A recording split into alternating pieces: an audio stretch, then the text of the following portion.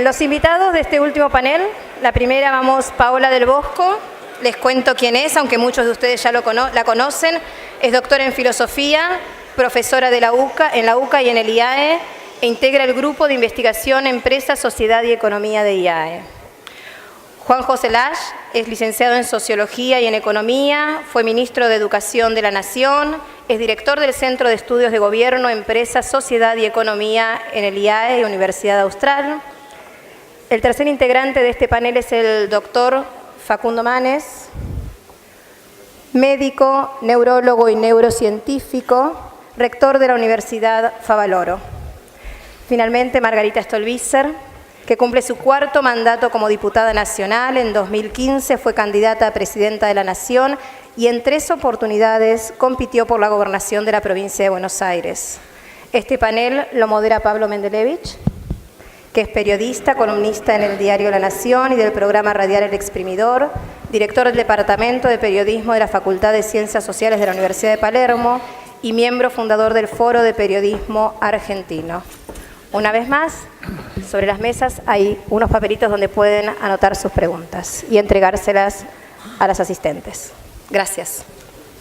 Hola, buenas tardes. ¿Me escuchan bien? Sí. Buenas tardes a todos. Es un honor estar aquí. Muchas gracias por la convocatoria. Y es un honor coordinar esta mesa, moderar este panel que tiene una filósofa, un sociólogo y economista que fue ministro de Educación, un científico, médico, científico y también académico y ahora escritor, ahora no, hace un rato escritor, y una política que, como recién le decía Margarita, está todo el tiempo en las primeras planas de la Argentina en estos momentos. Lo que hemos convenido, Manes todavía no lo sabe porque recién llegó, es que vamos a dividir este panel en 3 partes.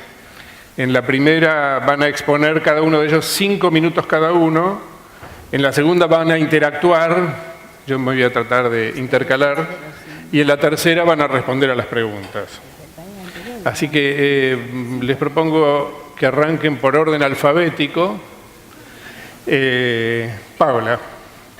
Molto bene. Bueno, muchas gracias. Es un honor para mí estar aquí entre ustedes y con este panel tan prestigioso. Bien, como me anunciaron como filósofa, voy a definir términos. Primero quería decirles, así como historia del término, que valor empezó a usarse mucho hace 20 años. No es que no existiera, pero hace 20 años empezó a insistir, empezaron a aparecer títulos en las vidrieras de los vendedores de libros que insistían en el tema valor. Y supongo yo, por 3 razones fuertes. Primero, porque el valor define a las personas, define la identidad. Segundo, porque es un programa, cuando es un valor auténtico. Y tercero, porque es un criterio de evaluación. Entonces aparecieron los valores, por ejemplo, en la misión de las empresas, y las empresas vieron que eso era algo que daba identidad. Pero no siempre se distingue, me parece, con claridad entre lo que son valores de un grupo, valores, preferencias personales, valores culturales, valores sociales, y lo que constituye en realidad valores éticos, que creo que son lo que nos interesan, lo que interesan en ese cartel que está detrás. Entonces, trato de dar una mínima definición. Un valor es ético cuando implica una conducta, porque no es un nombre, sino que es una conducta, que me mejora a mí como persona, pero simultáneamente también mejora al entorno, a la gente que me rodea, al grupo. Si quiero ser así dramática, diría que mejora a la humanidad. Y eso es interesante, porque quiere decir que toda persona es portadora, por lo menos potencial, de valores que no le hacen daño en absoluto, sino que le hacen bien y que además son un aporte al resto de la humanidad. Y le voy a contar un episodio para mostrarle cómo puede ser realmente universal esta percepción del valor. Una vez me invitaron a dar una charla en una cárcel. Lo que me perturbó fue que cuando pregunté qué tengo que preparar, el que me invitó me dijo, mira, habla de lo que quieras, pero si ves que ponen mala cara, cambia de tema. Que eso era como para estar preparando algo a fondo, ¿no? Bueno, decidí que era cerca de Navidad, que iban a llegar las familias y que el tema de valores realmente es suficientemente universal. Entonces largué un speech parecido al que le estoy dando ahora, quizás un poquito más asustada de lo que estoy.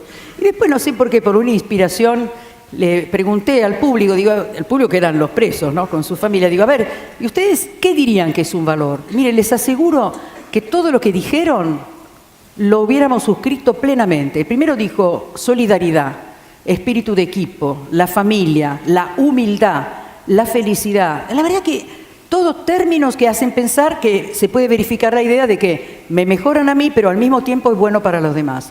Y esto me parece interesante compartirlo. Como me faltan solamente 2 minutos, yo creo que tratándose de emprendedores, de gente que tiene iniciativa y que puede cambiar un país, yo quiero tirarles, así como inspiración, 4 valores que pueden tener que ver con la vida de ustedes.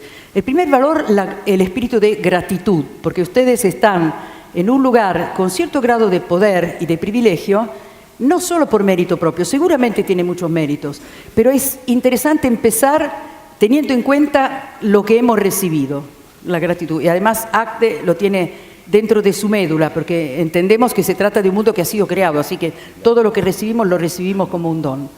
La segunda actitud es la generosidad. Lo he recibido, es un don, pero también soy capaz de engendrar bienes, por eso soy generoso. Y puse 2 más. 1, el espíritu de servicio. Lo que hago, lo hago para mejorar a la vida de la gente.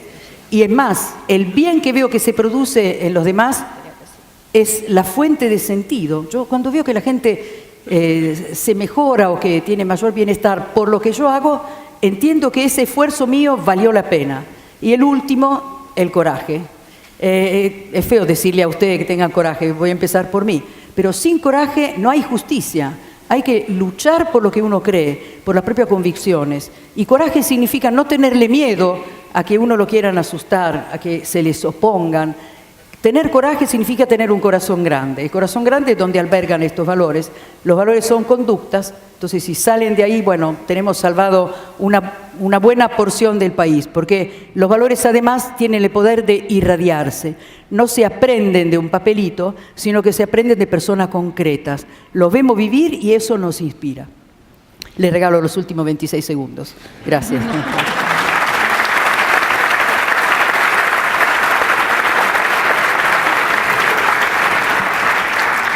Gracias, Paola. Doctor Llach. ¿Qué tal? Un gusto estar acá, agradezco a ACDE la invitación, un gusto compartir este panel y felicito por la organización que ha tenido muy buena convocatoria, según pude comprobar también esta mañana. Sentí a lo largo de algunos de los paneles que estuve, la mayoría, esa sensación de, uy, este está diciendo lo mismo que yo voy a decir, me sacó el libreto. Pero después me empecé a alegrar porque vi que había un objetivo consensuado. Yo voy a hablar de algo que por ahí en principio puede chocar con valores en acción o con el tema de este panel, que es lo que yo llamaría la productividad inclusiva. Yo creo que ese es el principal desafío que tiene la Argentina para lograr una economía en funcionamiento. En varios de los paneles se habló con distintas palabras de esto mismo. Argentina es un país que tradicionalmente tiene salarios altos, muchas veces es motivo de queja el hecho de que los salarios sean altos. Hemos experimentado reiteradas oportunidades con grandes devaluaciones para bajar los salarios, lo cual siempre es efímero, máximo dura 2 años. Nunca Argentina va a tener salarios del nivel que tiene Brasil, por ejemplo, ni otros países con los cuales competimos. Esta es una realidad, una verdad de apuño, salvo que generemos una gran catástrofe. Entonces, por un tiempito lo vamos a conseguir. Pero ese no es el camino. El camino es esto de la productividad inclusiva. Argentina tiene también sindicatos tan fuertes como casi ningún otro país del mundo. Esta es otra realidad que va a ser, que hay que tomar como un dato, que es parte de nuestro panorama. Y entonces la pregunta es, ¿cómo se hace con esto? Y bueno, es una tarea colectiva. Yo creo que es un cambio sociocultural. Es el principal cambio que tenemos que lograr para lograr una economía sostenible y una inclusión sostenible. Porque a veces cuando se mide la pobreza se mide con un criterio muy de corto plazo, si bajó, subió en el trimestre o en el año, pero no se preguntan cuál es la sostenibilidad de eso. Hay roles claramente de los trabajadores y de los sindicatos. Argentina tiene problemas de ausentismo, Argentina tiene problemas de litigiosidad excesiva y digamos, en el campo del trabajo uno podría seguir con otras enumeraciones. En cuanto al Estado, claramente la productividad del Estado es baja en la Argentina, o muy baja, la productividad del trabajo. Hay enormes oportunidades de mejora, digámoslo así. Pero en lo poquito que me queda, me quiero concentrar en el tema del rol de los empresarios, ¿no? ¿Cómo salimos de este círculo vicioso de que el costo laboral es alto o el salario es alto, la productividad es baja, y porque la productividad es baja, entonces eso resulta elevado, la productividad es baja porque se invierte poco, y se invierte poco porque no hay el clima o las condiciones para invertir? ¿Cómo se sale de esto? Bueno, yo creo que tenemos algunos activos por delante. Claramente el rol de los empresarios, el principal, al menos en este momento de la Argentina, es la inversión. Y la inversión, cuando yo digo inversión, pienso en capital físico, pienso en capital humano, pienso en innovación, porque no se puede concebir hoy inversión si no conlleva innovación. Menciono un número simplemente de cambio cultural también que Argentina necesita. Los argentinos tenemos como mínimo, los privados argentinos, 200.000 millones de dólares en el exterior. Esto equivale a un 40% del Producto Interno Bruto, o sea que nos permitiría en un plazo de 8 años subir 5 puntos la inversión. Ese número equivale a 2 veces el total de circulante más todos los depósitos bancarios y a casi 4 veces los préstamos totales bancarios. O sea, en esas condiciones no hay productividad inclusiva que valga, no hay desarrollo económico posible. Este es el gran desafío que tiene la Argentina y que es un desafío donde el rol de los empresarios yo creo que es absolutamente central. Frente a eso, como con la edad uno va perdiendo el pelo, inclusive en la lengua, yo voy a decir un par de cosas en los 55 segundos restantes. 2 comportamientos muy contrastantes frente al cambio político inaugurado en diciembre pasado. El de la productividad inclusiva, la industria automotriz decidió hacer descuentos masivos y está vendiendo muchos autos. Es un sector protegido, no es perfecto, pero hizo un comportamiento, yo diría, de productividad inclusiva. El otro, el consumidor, para saber cuánto valen las cosas en los supermercados, que es todo lo contrario de productividad inclusiva, tiene que tener un Excel tridimensional, o sea que hay que usar las solapas de abajo también, donde en uno estén las tarjetas, en otro los supermercados y en otro los días de semana. Entonces hay que estudiar 3 horas los sábados a la mañana, que es cuando salen los avisos, para saber cuánto valen las cosas. Sinceramente, en esas condiciones no puede funcionar una economía de mercado que requiere esencialmente que el consumidor pueda comparar precios. El rollo es largo, espero tener oportunidad de seguirlo para respetar el tiempo después. Gracias. Gracias, Juan. Nos mataron con el relojito. Facundo, tus 5 minutos. Bueno, gracias por la invitación. Imagínense este juego, es una imaginación. Viene un mago todopoderoso a este país y, como tiene todo el poder, nos soluciona todos los problemas que tenemos hoy. Baja la inflación, llegan dólares, los argentinos traen la plata de afuera, nos ponen la infraestructura de Suecia, tenemos una calidad educativa de lujo como la tuvimos, la principal en América Latina, no tenemos ningún chico bajo pobreza. La pobreza genera un impuesto mental, más allá que se alimente bien o que el Estado brinde una vivienda, si el chico, son 4 millones de chicos en la Argentina que viven en la pobreza, ese chico, aunque coma bien, aunque tenga una vivienda digna, que todavía no la logramos y debemos hacerlo urgente, si vive en un contexto de pobreza no puede pensar más de la hora. Si todos nosotros fuéramos pobres no podremos pensar más allá de qué haríamos en una hora. Si este mago nos soluciona todos los problemas que se imaginen ustedes, la inseguridad, etc. Si los argentinos, y tenemos un país que es el Truman Show de golpe, todo perfecto, si nosotros no cambiamos ciertas actitudes colectivas, en 5 o 10 años volvemos a tener los problemas que tenemos. Nosotros tenemos que empezar a pensar colectivamente, que es un poco el tema de este simposio. Y la mente humana es influida por los demás. Les cuento 2 experimentos. Hay un juego que se llama Teoría del Bien Común, en donde hay un administrador y hay 10 participantes. El administrador le da 100 pesos a cada participante y le da la opción de apostar en un pozo secreto que solo el administrador conoce a todos los participantes.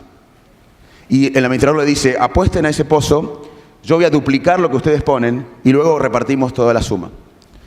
9 personas piensan, bueno, yo pongo 100 pesos de lo que me dan al pozo secreto, el administrador me da otros 100 y después lo repartimos. Pero uno usa la viveza criolla, dice, no, me voy a quedar con 50, y voy a poner 50. Me quedo con 50 yo, voy a poner 50, me duplican los 50 míos y además voy a ganar de los 900 que ponen el resto y voy a ganar del resto y de lo mío. Los demás empiezan a ver que uno pone menos porque la repartija no da 1000. Y esa conducta egoísta, mezquina, individual, empieza a infectar a todos. Y la mayoría al final del juego empieza a poner menos. Nosotros tenemos que empezar nuevamente colectivamente, no individualmente. Lo dejo para un sociólogo si las crisis, las frustraciones nos han hecho más individualistas. El otro tema es la sanción social. Hoy sabemos que la corrupción, la conducta corrupta existe en abejas, en hormigas y en chimpancés. Hay bastante datos de la ciencia sobre conductas corruptas en varias especies, no solo en la nuestra. Esto quiere decir, obviamente, que el cerebro de un dinamarqués no es menos corrupto que el cerebro nuestro. ¿Por qué hay menos corrupción en Dinamarca que acá? Porque allá hay sanción social, hay mirada del otro, hay ley y hay castigo. Incluso hay experimentos donde si hay fotos de ojos que nos miran, somos mejores los humanos. No ojos vivos, sino ojos dibujados en la pared que nos miran, nosotros en una sala nos comportamos mejor. Así que nosotros tenemos que volver a pensar en las conductas colectivas. Y lamentablemente les quiero decir que es difícil cambiar esto, pero es nuestro principal desafío. Porque nosotros tomamos decisiones en forma automática. El cerebro humano toma decisiones la mayor parte del tiempo. Ahora estoy tomando decisiones en mirarlo a Leo, a Margarita, pensar qué dije para no repetirlo, pensar que tengo 1 minuto y medio, ver las caras de ustedes que están atentos, pensar el cierre, lo que voy a decir. La vida es tomar decisiones.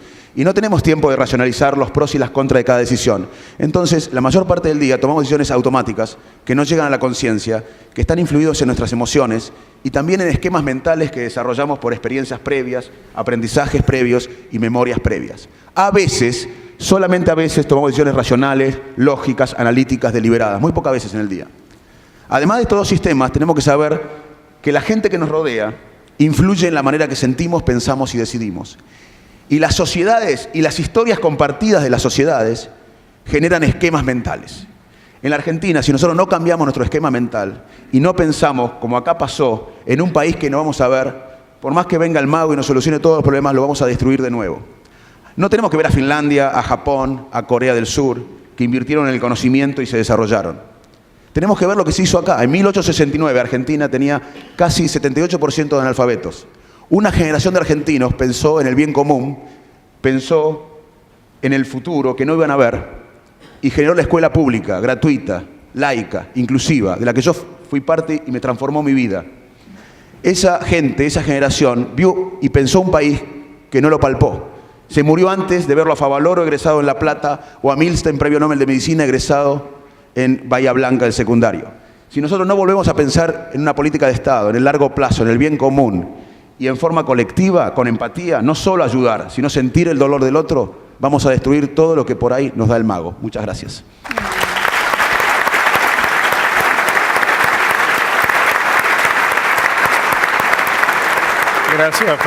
Gracias Facundo. Margarita. Bueno, muchas gracias a ACDE, por supuesto. Yo vengo a hablar desde la política y a tomar aquella pieza del rompecabezas que ustedes le llamaron el sector público y el privado, una relación indispensable para cualquier proyecto de país. Entonces, lo que quiero es poder reflexionar en conjunto sobre cuáles son las cosas que estamos dispuestos a hacer en conjunto para cumplir con esto que fue el objetivo de ACDE desde que se empezó a diseñar este encuentro y que todos lo han planteado, que es cómo trasladar los compromisos individuales hacia la construcción de una cultura colectiva. La política es la ética de lo colectivo y cuando hablamos de esto lo que tenemos que pensar es que no es suficiente conformarnos con ser personas individualmente honestas en una sociedad carente de valores. Nosotros necesitamos pensar que lo primero que requerimos para construir esa nueva cultura son los valores de los que hablaba Paola, valores con creencias y con principios, y eso es lo que construye una identidad. La identidad tiene componentes que heredamos, los componentes históricos, culturales, familiares. Pero hay otra parte de la identidad como nación que es la que construimos entre todos. La nación es el territorio, los símbolos, las banderas, las reglas, las instituciones, pero también la identidad es esa cultura que nosotros construimos a partir de una voluntad común de a dónde queremos ir. Lo otro que necesitamos son liderazgos con capacidad de transformación, pero por sobre todas las cosas liderazgos ejemplares. Ilia decía, y lo hemos recordado en esta semana, la palabra convence, el ejemplo moviliza. Y la Argentina necesita volver a movilizarse atrás de ejemplos que realmente nos permitan reencontrar ese camino y esa cultura. Lo otro que nosotros necesitamos son acuerdos. Y esto es a lo que yo convoco en realidad. Así como hace muchos años los argentinos dijimos que nunca más un golpe de Estado debía interrumpir nuestra estabilidad institucional y violar los derechos humanos, hoy, en conjunto, la nación argentina debe establecer un pacto, un enorme y firme acuerdo para decir nunca más a la corrupción. Necesitamos definitivamente entender que esto no es solamente una función del Estado o del gobierno. Necesitamos llevar adelante un pacto sostenible en el tiempo que pase por trasladar esos compromisos de valores individuales a la construcción de una cultura común. Necesitamos salir de las cosas que nos pasaron asumiendo las responsabilidades que todos hemos tenido.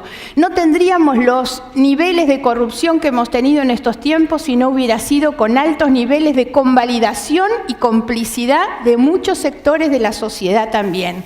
Hay que reaccionar frente a lo que nos pasó. Hay que tratar de trasladar esa individualidad que tenemos basada en valores que transmitimos a nuestros hijos para construir esa cultura común. Eso se hace en una sociedad con los políticos, con los empresarios, con los periodistas, con los intelectuales, con las organizaciones sociales, porque la nación, la cultura y la identidad somos todos. Y hay que incorporar además en la cultura de los valores esa visión antropocéntrica y humanista que hemos ido abandonando.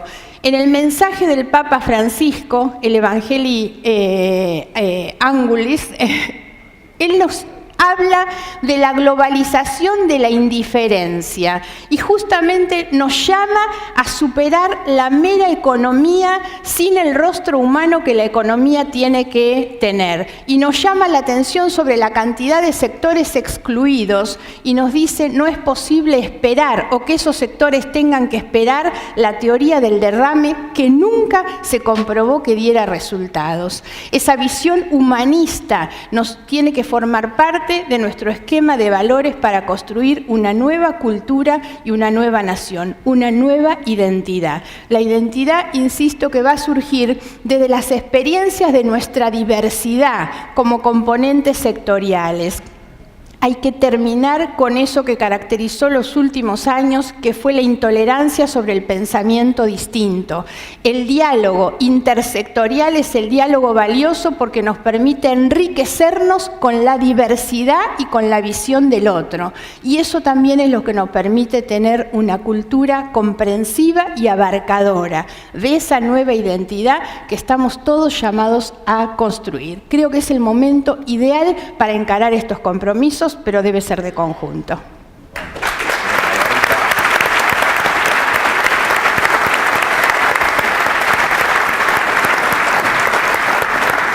Muchas gracias, Margarita. Bueno, gracias por ajustarse tanto al tiempo, no hacía falta ser tan rígidos. Ese relojito allá nos mató. Margarita es impecable, terminó en 0 justo. Es la mirada del otro. Sí. Bueno, en la segunda parte, como les decía, podemos interactuar, se pueden interrumpir, se pueden pelear si quieren. Es difícil. En el último libro de Manes, de Facundo Manes, hay un recuadrito, te asombré, hay un recuadrito que recordás la expresión yo argentino, de dónde viene, ¿no? Entonces Manes dice que se presume que hay le atribuyen dos orígenes, no está muy claro cuál es. Uno es durante la Primera Guerra Mundial, cuando paraban a un argentino en Europa y el tipo decía, no, yo argentino, no. Y la otra es en el golpe del 30, ¿no? En el golpe del 30 decías que también era una expresión que vendría de ahí, qué sé yo. En cualquier caso, ese es uno de los símbolos de la postura del argentino medio respecto de la cosa pública, ¿no? Yo argentino no me meto, o no sé dónde meterme o cómo meterme. Como este panel está discutiendo cómo transformar la sociedad de lo individual a lo colectivo, les quiero preguntar, desde el punto de vista individual de cada uno, de las personas que están acá, de los empresarios, ¿qué hace uno como individuo? ¿Cómo quiebra esta idea de que el sistema está todo corrupto? Está muy de moda ahora decir que somos todos corruptos, ¿no? Porque se está usando eso como defensa frente a las acusaciones de corrupción. Somos todos corruptos, entonces nadie es corrupto. ¿Cómo hace un individuo frente a eso? ¿Cómo reacciona? ¿Cómo aplica los valores? ¿Cómo piensa todo lo que acaban de decir? ¿Cómo lo trasladan a un comportamiento individual? Bueno, empiezo yo porque empecé antes. Es verdad que decir esa frase, todo está, sobre todo hablan de los políticos que son todos corruptos, pero también dice de los empresarios. Todavía con los filósofos no lo dijeron, pero esperemos un poco. Me parece que es un modo absolutamente acrítico, una generalización sin sustento y además una coartada excelente para el que sí es corrupto, porque si decís que todos son corruptos uno se siente absolutamente normal, así que yo salto enardecida cuando empiezan a decir eso. A mí se me ocurre, un poco siguiendo lo que decía Facundo, esto de lo colectivo, que quizás un crecimiento en los valores se da cuando ese resorte natural, que es buscar el propio interés, porque es verdad que buscamos, se ensancha hasta incluir el bien de otros. Es lo que se hace en la familia. En la familia es muy evidente que el padre y la madre querrían dormir cuando el chico se despierta de noche, pero su interés de supervivencia se ensancha hasta atender la supervivencia del hijo y se hace natural. Yo no me acuerdo cuando lo hice yo, pero lo veo hacer ahora a mis hijos y me sorprende. Pero no sé cómo decir, hay un crecimiento, una maduración cuando lo que a mí me interesa incluye también lo que le interesa a otros. Y se va haciendo sociogénico, se va construyendo la comunidad porque la gente deja de interesarse de manera exclusiva e inmediata por lo que le duele, sino que empieza a mirar con una visión ampliada. Creo que tiene que ver, por ejemplo, digamos, supongo que uno eso lo mama en su propia familia porque lo ha recibido o porque le faltó. También podría darse ese caso. Pero sí me parece que construye el país. No soy argentina, pero quiero al país y, digamos, viví mucha más vida en Argentina que otra, así que creo que estoy autorizada para decirlo. Cuando uno ve al país como una tarea también propia, entonces no solamente lo que yo puedo quitar, sacar para mí o proteger para mí, sino cuando yo digo mi capacidad la pongo al servicio porque este juego grande es el juego donde todos ganan, en vez de esconder los 50 pesos. Sí, a mí la pregunta que me haces, Pablo, me plantea un problema porque claramente en lo que hace al rol del empresario yo creo que está de más que yo le diga individualmente cada uno lo que tiene que hacer porque lo saben mejor que yo. Yo soy empresario de mí mismo, soy un cuentapropista en cierto sentido, pero no un empresario que crea empleo, por ejemplo. Entonces yo lo veo más como un problema colectivo y por eso me vienen mejor las cosas que dijo Facundo y que dijo Margarita en el sentido de una construcción colectiva, una nueva identidad. Porque cuando yo veo cómo se construye esta productividad inclusiva, ¿no? Prefiero productividad de competitividad, porque competitividad enseguida empezar el tipo de cambio, ¿no?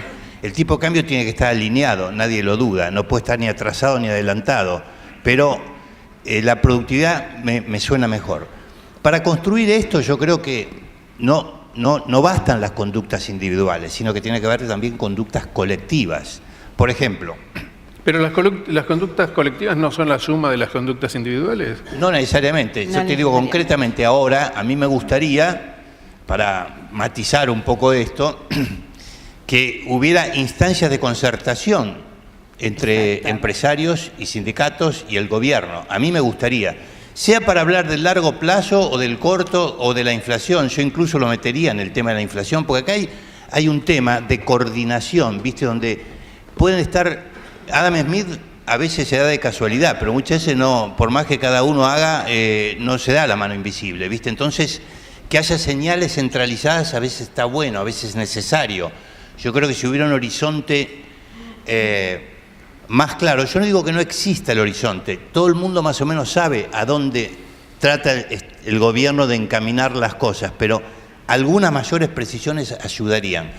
Pero si el gobierno prefiere no hacerlo y prefiere este estilo de comunicación, que hasta ahora no le ha ido tan mal, también lo puede hacer el sector privado por sí solo. Yo vi hasta ahora un solo caso de una federación de empresas navieras argentinas, no la conozco mucho, le digo sinceramente, que publicó un aviso en el diario, eso es todo lo que sé, donde dijeron, bueno, nos hemos juntado todas las cámaras del sector con los sindicatos y hemos acordado A, B y C y D. No sé si funcionará o no, decían ellos mismos la solicitada, pero por lo pronto lo hemos hecho.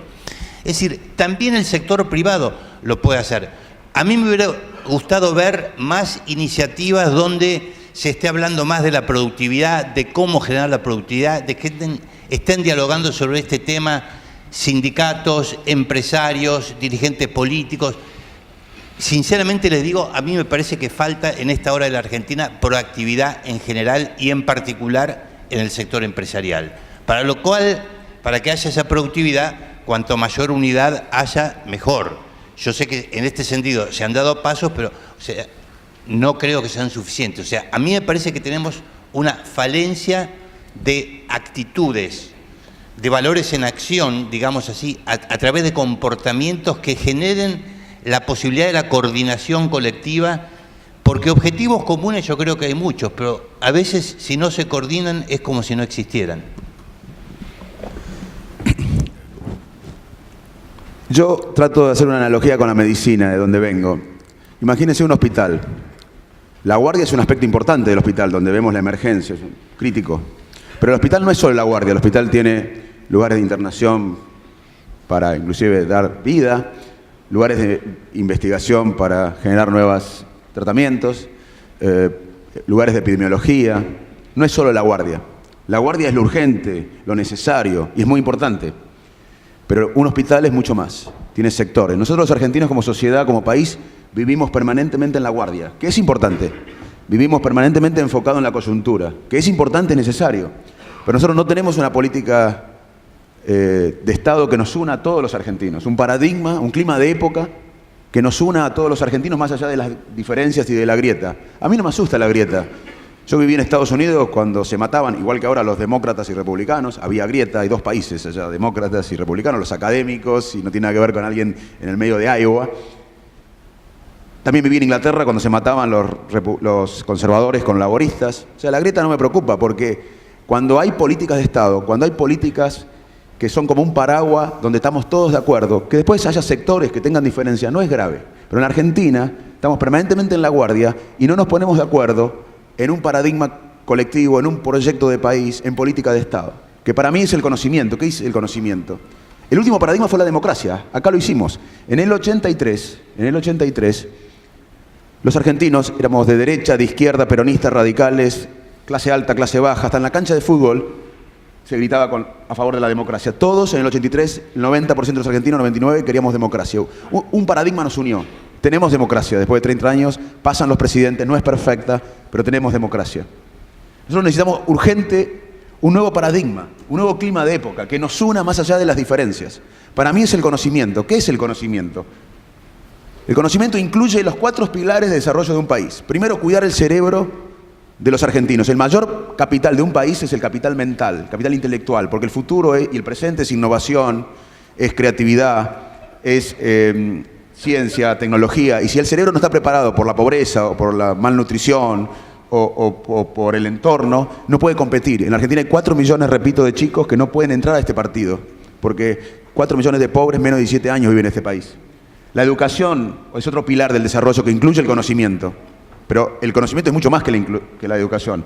Hoy en la Argentina, de 100 chicos que entran a la primaria, se reciben 37, 38 en la secundaria, y solamente la mitad comprende un texto complejo. ¿Cómo vamos a sobrevivir, por más que arreglemos toda la urgencia, en un mundo interconectado, competitivo, con la mayoría de los chicos que no comprenden un texto complejo? El conocimiento también incluye, o el paradigma del conocimiento incluye infraestructura, influye instituciones fuertes, democráticas, sólidas. Todo eso es un paradigma que yo llamo del conocimiento. Puede ser otro paradigma, podemos discutir paradigmas, pero discutámoslo y hagamos un paradigma que nos una a todos. Nosotros estamos permanentemente en la guardia del hospital, y tenemos que construir un hospital.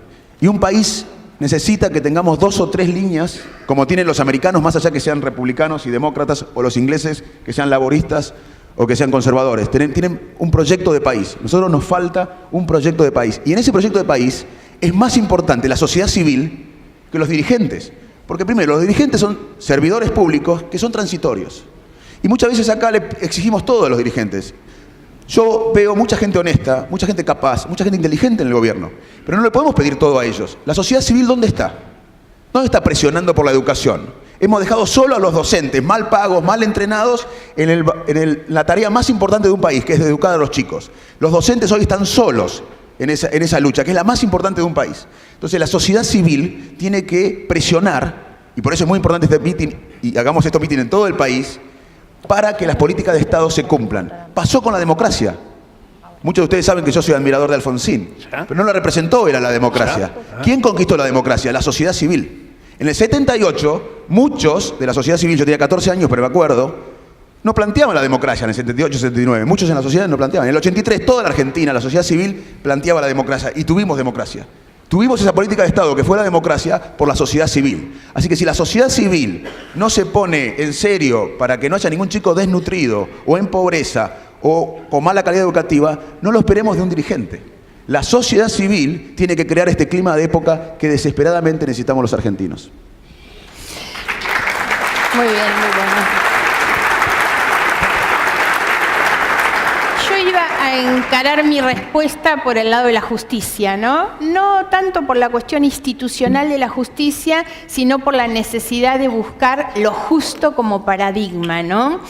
Pero me quedé con lo de Juan, y entonces quiero tomar un poco lo de Juan y la idea de la concertación, porque también siento, y sobre todo para retomar esta idea del sector público y privado, que está muy marcada por las tensiones propias de una relación que discute el mercado y el Estado.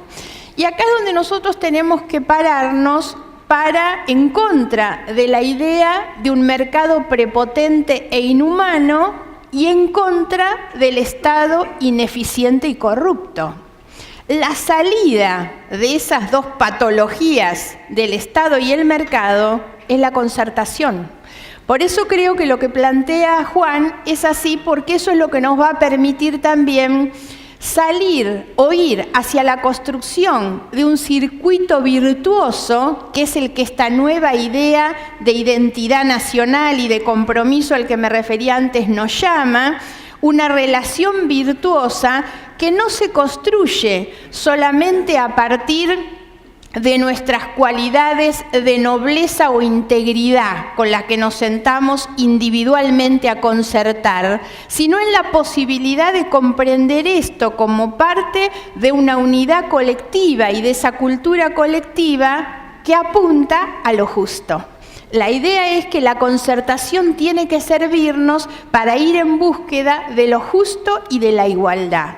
Yo creo que hay tres conceptos que son como tres patas imprescindibles en esta construcción de la nueva identidad y la nueva cultura, que son la política, la igualdad y la ética. Es imposible escindir ninguno de esos tres conceptos, ni que ninguno de nosotros, como actores fundamentales en esa construcción, pueda abrirse hoy de ese compromiso. Bueno, gracias Margarita. Tuvimos presidentes impuntuales, pero el de ahora es puntual y demasiado.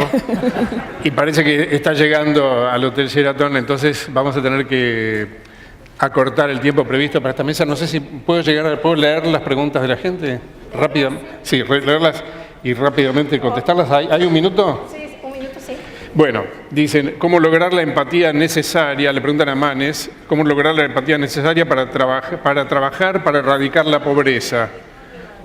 También para Manes, la corrupción se encuentra en el ADN argentino.